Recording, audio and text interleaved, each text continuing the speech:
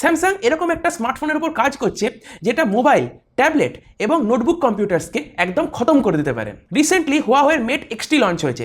এর কিছুদিন পরেই খবর আসে যে স্যামসাং যে পেটেন্ট ফাইল করেছিল 2021 সালে নিজেদের ট্রাইফোল্ড স্মার্টফোনের জন্য, ওটা তাদের গ্র্যান্ট হয়ে গেছে। এর থেকে তোমরা বুঝতেই পারছো স্যামসাং ট্রাইফোল্ড স্মার্টফোনের উপরে অনেক দিন ধরে কাজ করছে এবং যখন ফোনটা লঞ্চ হবে তখন সত্যি দেখার মতন হবে যে ওই ফোনটা এক্স্যাক্টলি কেমন হয়, কতটা ভালো হয়। এর সাথে আরও একটা জিনিস শুনলে তোমরা অবাক হবে, এই ফোনটার সঙ্গেই স্যামসাং আরও একটা জিনিসের পেটেন্ট ফাইল করেছিল। কি সেটা? Foldable batteries. এখন ব্যাটারিও ফোল্ডেবল হবে। কি করে হবে সেটা সত্যি দেখার বিষয়, বাট আমরা বিভিন্ন শেপের ব্যাটারি তো অলরেডি ফোল্ডেবলসের মধ্যে দেখেছি।